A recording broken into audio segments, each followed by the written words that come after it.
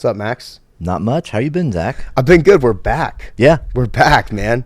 Season 2 of season 2 of this podcast. Yeah, it's, for those of you listening, we film these actually every week, I promise. Yeah. It's not just a batch thing where we film for 8 hours straight and then bulk release, batch release over time. So true. Authenticity in coaching is our biggest thing here. 100% authenticity. Max is flying down from Oakland every week to film a fresh episode for you guys. 30 minutes in and out. and that's how we roll. So, well, look, today I think we're going to piss some people off. Oh, okay. Mm-hmm.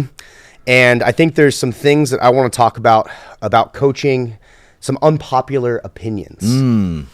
So I want to get into some of that stuff. So Max, out of curiosity, what's like your biggest unpopular opinion about the coaching industry? I would say probably people see coaching, especially like remote coaching, online coaching, as like sort of a scam, or that it's like you're kind of like a money grab. Like you're coaching people, but how much is this person really coaching or really doing something? Or, it's like you're kind of throwing some feedback here and there, send a DM, hey, great, make sure your PayPal goes through. And then, it's like you send a program, maybe a little bit of feedback, and that's it.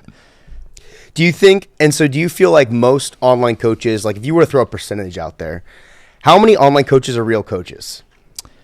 I think there's a distinction between, there are coaches that have ended up online. So people that are coaching in a gym, they've done coaching, that's like the profession they've chosen, and they have an online presence, and they're using the internet and whatever to actually grow their business and expand.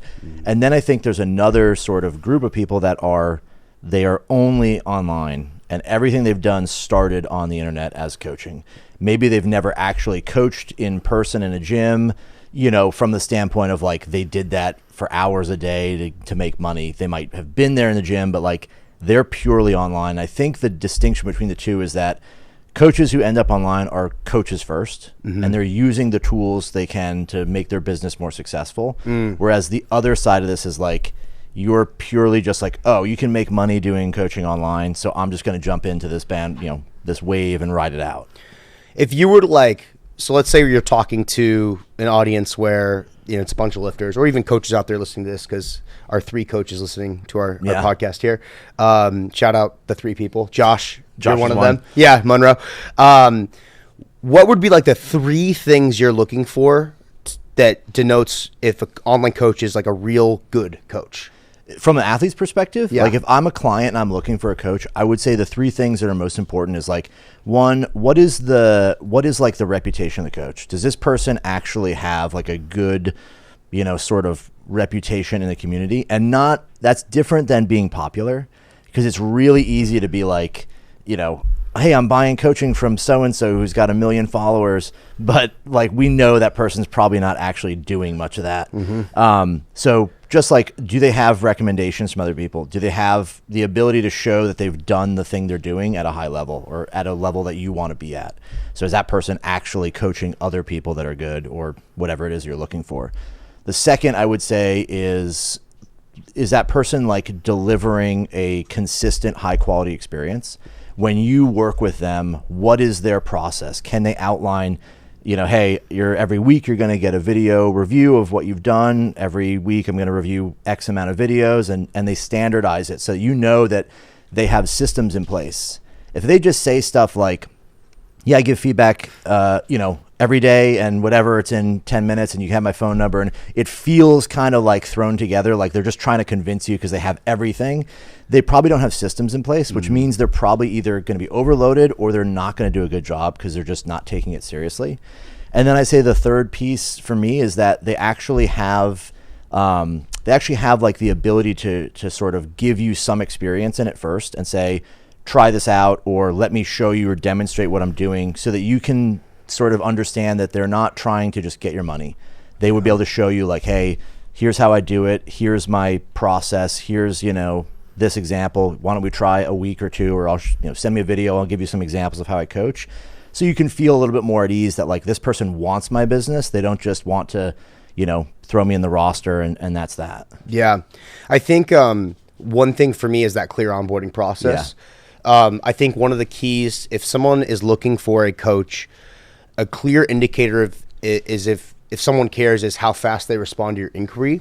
And now I'm not just talking about the automated, maybe they have like a ManyChat automation in the DMs where they respond and you can tell it's either an offshore person who's in there for $7 an hour making sure the DMs are responded to, or it's an automation like some AI. It's that personalization aspect. Do they send you anything that's personalized and you can tell it's real? How quickly are they willing to jump on a call with you? Are they willing to jump on a call with you versus just sending you a form, then sending you a program after your PayPal hits and their bank account goes to Ching? I think those are some clear awakenings where you can see, okay, like this person actually cares about me and what that looks like. The feedback portion is huge. I mean, one of the things that we talk about, obviously when we're talking about Coach Logic, is the video feedback tool within the platform. If a coach isn't giving video feedback on a lifter's programming and workouts, I just don't feel like they're delivering the best product. I mean, it's just not possible. 100%. I think like the three things I would want as an athlete is that one, I'm getting actual video feedback. So a video of my lift goes to the coach and I get back something that is them talking over the video or them, outlining something, drawing on the screen, something that gives me like real dense coaching information so I can take it with me. Just a text is like, it's fine sometimes, but like I want some substance to it. And then the other things would be like, are they actually doing this in a timely manner? Like, are they sending me a video before the next time I do that exercise? Because otherwise it's like you're getting feedback once a week. That's not going to help a lot. It's not actionable. It's like, can we make adjustments before the next time they squat? Yeah. If you gave some feedback that they need to push their big toe in the ground, lean forward more, push the knees forward, are we able to deliver that before the next squat day? And that might be tough. Like my coaches at SoCal Powerlifting, thanks for representing the gym today. I just hired Max as one of my coaches, actually. Yep. And by the way, you can check out my coaching offerings at SoCal. It's my coaches deliver feedback within 24 hours. Yep. That's been huge for us because we want our clients to get that feedback and be able to make the adjustments and then train more efficiently the next time they train the movement. Yeah. I think when a lot of coaches will do a thing where it's like, I've had a coach in the past, it wasn't you, don't worry, even though you were one of them, Bill, but where it's like you send sort of an email overview of everything that you felt that week, some videos over, and then they would send like a 3-minute video or email feedback on like what they thought about how my week went. But when you're getting feedback, once a week, that's 52 times a year. So you're only getting feedback 52 times. Yeah. And there's 365 days. And let's say you're training for 80% of those days. It's just not enough. Yeah. And so I think the key is to delivering the effective coaching and then sifting through, let's call it the BS factor of good coaching or bad coaching. It is quality. It's one, quality of feedback, but two, quantity as well matters. Yeah. And that's with Coach Logic. Obviously, we've really tried to push that and give coaches the tools to deliver that. Yeah. Whereas before, coaches would have to use Loom. My coaches have to use Loom to give feedback over here, use text feedback over here. Most coaches have a WhatsApp or a Telegram. It just all gets clunky. Yeah. It's like, it's funny because if you think about it, it's like with Coach Logic and the whole reason we built it is like, we know that caring is the most important. Like coaches that can show you they care are going to do way better. They're going to have clients that stick around longer. They're going to make more money. They're going to do a better job.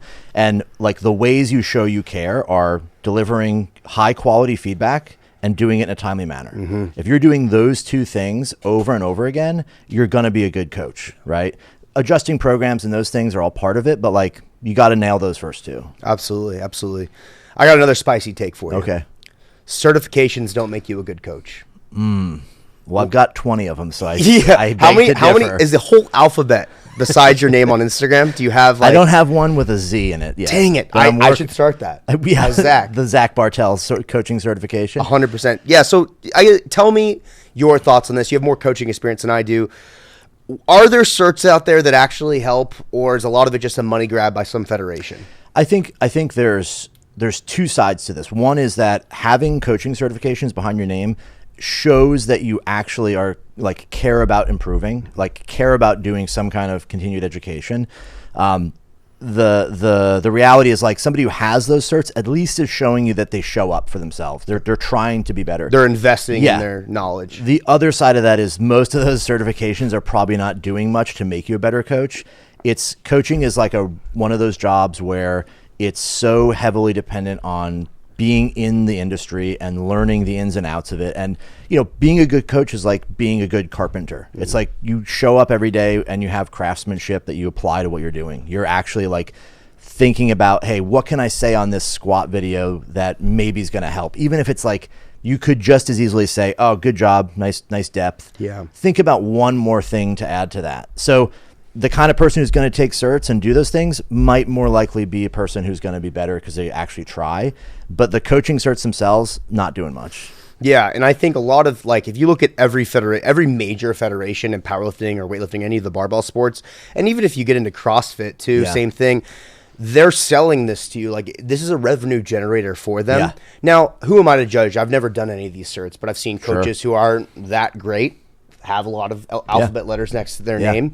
It doesn't teach you how to be the best coach. It maybe teaches you how to look at some technique and give some cues and feedback. But ultimately, you have to remember, again, this is a business for that federation. They're trying to make money doing these things. I will say when it comes to, let's say someone has their masters or like CSCS, like those things in the strength and the performance realm, athlete performance realm, obviously I feel like have actually quite a bit of value and maybe allow you to get into higher level opportunities. We've had a lot of coaches recently that we've been doing calls with for Coach Logic that are in that realm, that are highly educated, PhDs, things like that. I think it matters, but when it comes to barbell sports, I personally don't believe that there's any like really good cert out there. Out of curiosity, I know with weightlifting, do certain certs allow you to have certain like levels of your club, which then allow you to have more exposure in weightlifting? There's the like, you can almost think of it as like trophy hounds. It's like you can get higher levels of coaching accreditation. So like if you coach at like, if you just become a certified coach, it's whatever, level 1, then like coaching at nationals and showing you can take an athlete to national championships, that's like level 2, and then each meet above that's a higher level. You have to pay for each one, right? Yeah, you have to recertify to get each one, right? Each level is a new level, but you got to unlock it. Yeah, with money. Yeah, and I think it's just 1 to 2 actually, but like the reality is you could be a level 1 coach and take someone to the Olympics. And like there's no like requirement of needing that information to get to the next level.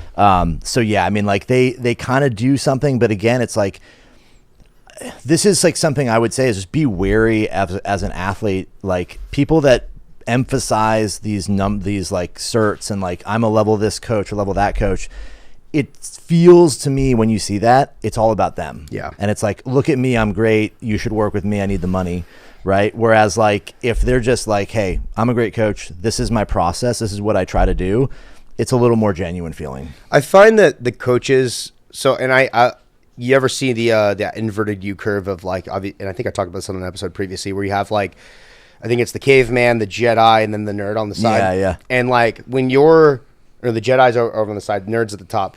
So like coaches who take those certs, like the nerd at the top of the inverted U curve, where they're like, it has to be done this way. XYZ factors, all that stuff. And then when you get all the way to like, you get to the Jedi portion and you kind of realize like, oh my God, there's so much knowledge to know. I can't know it all.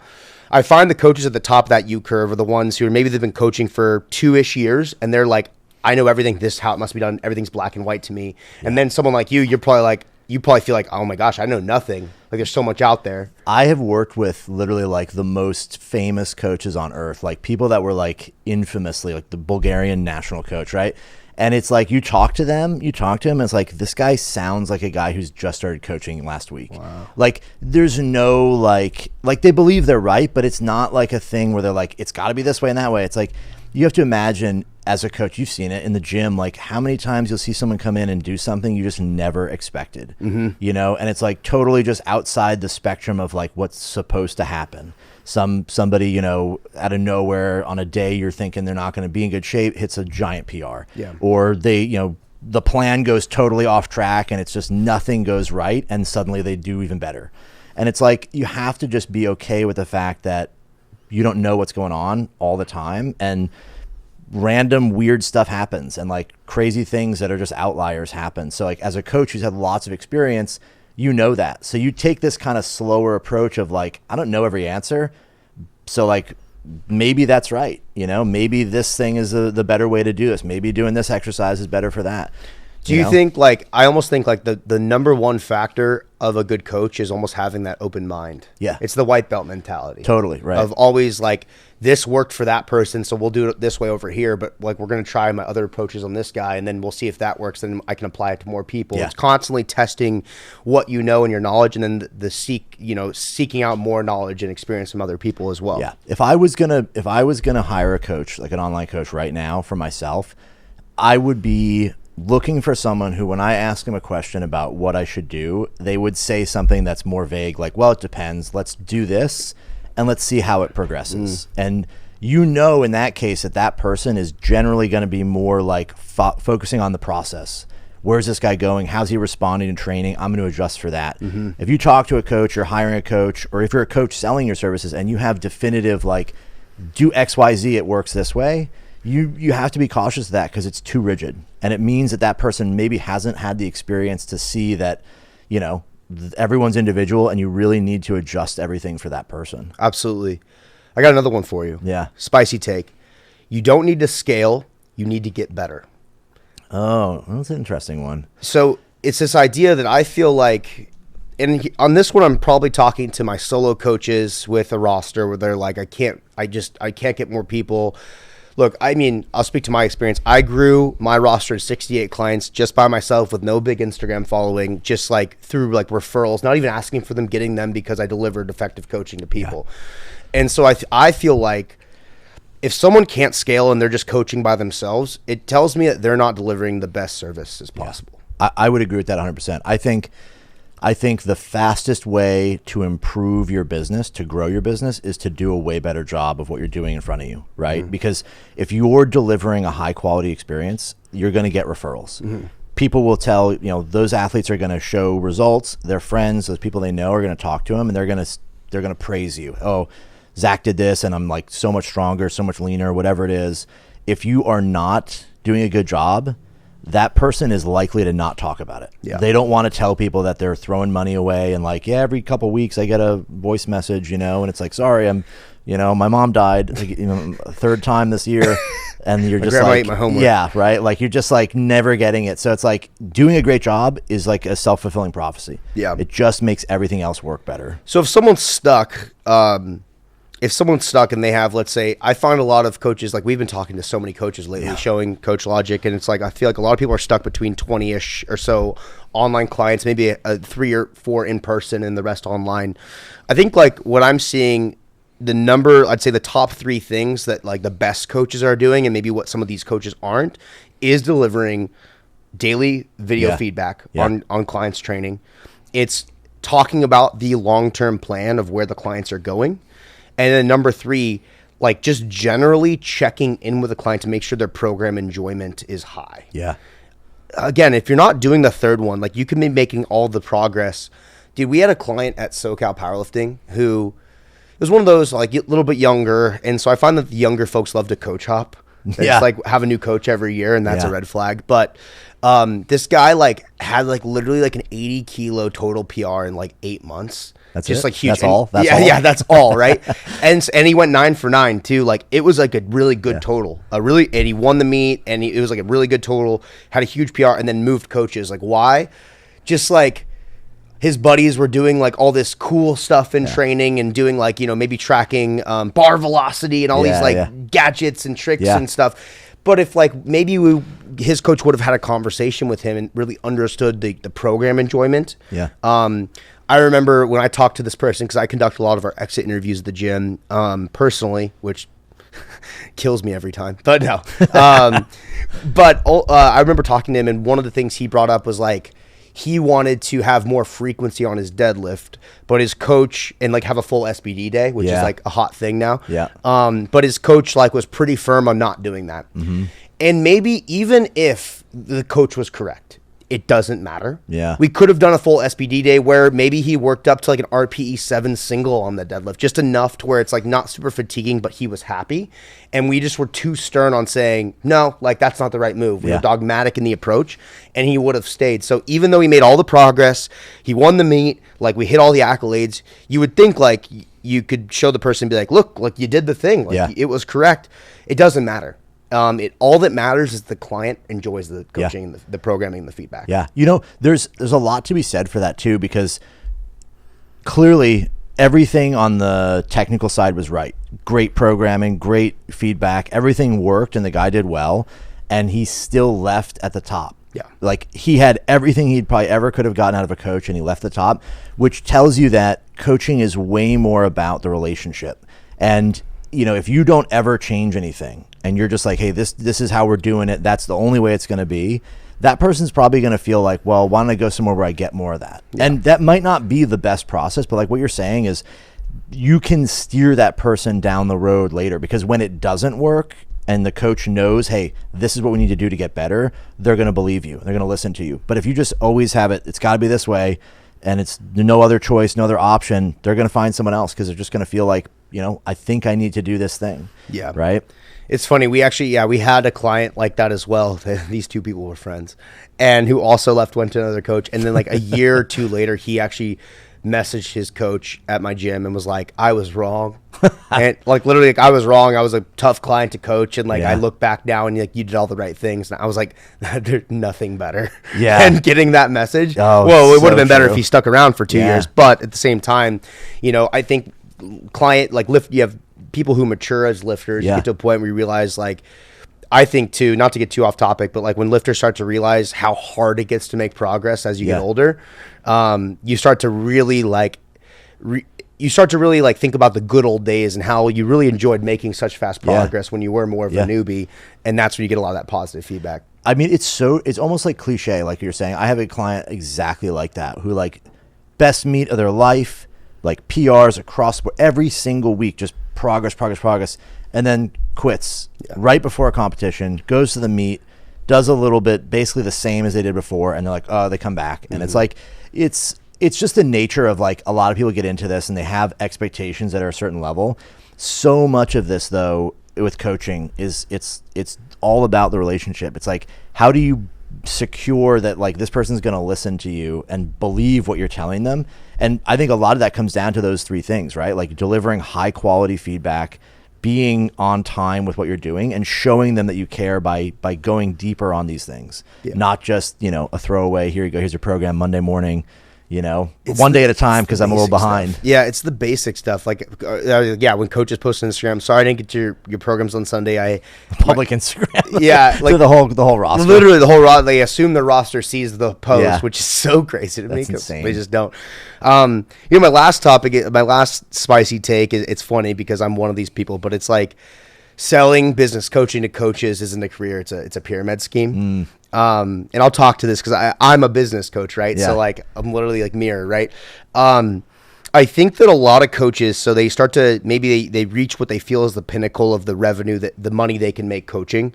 And then you see this in different, we see this in trading, like stock trading. We see this in e-commerce, like e-com kings. When that was popping during like post-COVID and all the money was floating around. And then, you see it, marketing. That was a big one. Yeah, exactly. You see it all the times. And so like Alex Hormozi talks about this, and he's like, if you make so much money, if you're so successful doing the thing, then why do you need to sell coaching to do the thing?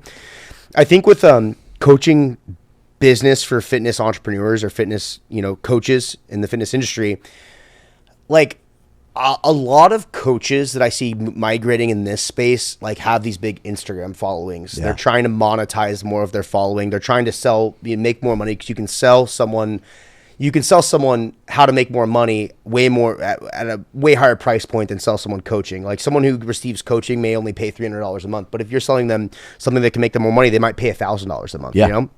But where I see a lot of issues is all these people do is they don't teach business. They literally just teach like what ads to run or like what marketing scheme to use. It's not how to make you a better coach. What are your thoughts? I know you've probably seen a lot of this. So I think the biggest mistake I made early on, maybe not early on, because it was a different time when I was doing it. They just invented the wheel. So, but like the biggest mistake I make, or I think a lot of people make, is they think that business development is not something they need to do. That like they look at things like marketing and advertising and promotion as like that's lying to people to get them to give you money. And that's not really what it is, right? And business coaching and like having a mentor is actually like a really valuable thing in a lot of ways, because if you find somebody like yourself who's really successful in the same industry and is offering to show these best practices, it doesn't mean by any means it's going to work well. Yeah. It doesn't mean it's going to work. You have to put the work in, actually do the stuff. But a lot of times people are just unaware of how to start that. It's really overwhelming if you are just starting out as a coaching business or a gym or something, and you have no foundation of like, how do I make a business run? How, like, you have to have people coming in, like you have to grow at all times. How do I manage that? How's the process of doing this? So business coaching in a lot of ways is very valuable to people if you can find the right kind of thing. There are no get rich quick schemes. There's no way to like jump in and like, hey, I'm going to do this thing and make a lot of money. The reason we see them highlighted, like, hey, I'm 12 years old and I made an app that makes $1 million a month, is because it's so insanely weird and rare that like this thing happened, right? Most people are running businesses and they're grinding away, trying to increase revenue, trying to grow the client base, all these things. So business coaching and mentorship and those things are really valuable, especially early on, because you can start off on the best foot. Here's the systems, here's the process, here's how you get clients, here's how you keep them, here's how you fulfill the product. Like that's so valuable. So I think business coaching is actually really good if you find the right person. Yeah, I think like the key there, it's funny, tangent to finding the right business coach, but like when I coach, I teach systems and like things that actually allow the coach to spend more time doing the thing they enjoy, which is the coaching. And I find a lot of times coaches feel like they're capped at like 30 one-on-one clients because they're using 10 different programs to deliver 100%. Effective feedback and programming. And they don't feel like they have time to do the stuff that actually would give them more time to coach and do the thing they enjoy doing, or even get to the point where they can hire someone to maybe do their bookkeeping and some of those things outside of coaching that, again, allows them to be in front of the camera, market, in front of the client, talk to them, things like that, I find are super important. But a lot of these, if I look at a lot of these like fitness coaching companies, fitness business coaching companies, it's all about, let's teach you how to build your sales funnel to 10x your revenue. But they're not teaching you how to be a more effective coach or your time management or even talk about maybe what you want out of life. Like, why are you coaching and who are you trying to help? Those type of things. I think I'd be curious to hear your take on this. Do you feel like there's a push in the industry to do the like white label a fitness app and sell a subscription to thousands of people and make all this passive income? Yeah. And what do you think the negative impact of that is? Yeah, I mean, I think there's a huge push. I think the only people that can actually do that to at scale and with success are the people who have huge followings. Yeah. And so I think a lot of people sort of glorify that and they want to build something like that. Like I was talking with a coach recently, and they want to create that, but they don't have that type of audience. Yeah. And so like, I mean, I've talked about this before, but like we at SoCal, we have like a 15,000 person email list. Yeah. And we tried to start like a low barrier to entry offer. You know, it was like $8 a week. You get this and this, that, and the other thing. And I had like 3 people sign up. Yeah. And so you wonder like, maybe it's our fault and the execution was completely off. I think the value of the program was actually really good. Like they could get feedback on all their lifts. Wow. They just were on the same program together pretty much. But if you don't have this huge audience with this huge face where you can just sell, you know, like Meg Squats has probably done this to the best, the highest echelon of success. Yeah. Because she's approachable, because she's educational, because she has a very clear target audience. She's like really monetized this and she's done it really well. And I assume have given people really great experiences. You know, we haven't hung out in a long time, but we were friends at one point and stuff. And I really respect what she's done from a business standpoint. Yeah. I think that people think they glorify that. They think they can all do it, and that's not the case. I think you have to build your one-on-one. You have to create revenue that way. And then from there, we look at how do we increase other verticals, but people try to do that way too early. They try to create other verticals way too early, and then all of a sudden they get distracted from the meat and potatoes by the asparagus and the carrots. Yeah. And then all of a sudden your meat sucks. It's overcooked, and the chef sends it back, and your client quits. Yeah. And all you're left with are 3 people on a subscription paying you $8 a week. Yeah. And so there's no point. So I find that from the spicy take standpoint, don't just go directly to trying to sell business coaching. Like if you want to get into that side of things, if you're listening to this and you mentor other people, do it. I found like great value in doing it. I did it for free for a long time, just like I used to coach for free before I was a coach. But yeah, if you're listening to this and you want a business coach, look to see, again, same kind of stuff. Like, are they teaching you how to be an entrepreneur with systems, or are they just a marketing coach trying to increase your sales funnel? Yeah, 100%. Yeah, that's the key there, because it doesn't matter how big your top of funnel is if your churn rate is 15% and you're losing tons of clients every month. Yeah. It's also like, I would say the best advice I could give a coach is like, focus on one thing, right? Even I've coached powerlifters and weightlifters at the highest levels, and it's like, even then I ask myself, should I just focus on one of these? Because it's so easy to just get distracted with too much of a broad offering. Yeah. And at the same time, it's like you want to drill down on whatever you're doing. So it's like being an online coach and a business coach and these other 5 things, you're gonna do bad at all of them. Yeah. And that's another great point, is like, with me running the gym about 3 years in, I realized I wasn't a good coach anymore, because I was too focused on trying to give people employment and opportunities. I was trying to scale the gym side of things. And so I wasn't delivering the effective coaching that the clients really needed, or what I had promised in the beginning.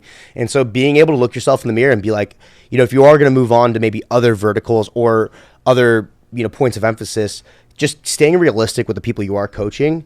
And before you lose them, like, make the decision before they all leave you, and start that migration now, and start those next steps now and have like a long-term plan of really what you're trying to do and accomplish and how it benefits your life. Absolutely. Yeah. Well, cool. Well, Max, I appreciate it. Thanks for taking the time to talk about your spicy takes. Yep. And I gotta hop on my plane. I gotta get in my flight now, and I'll see you next week. I'll see you next week. Cool. Sweet. Throw on. How sweaty are my armpits?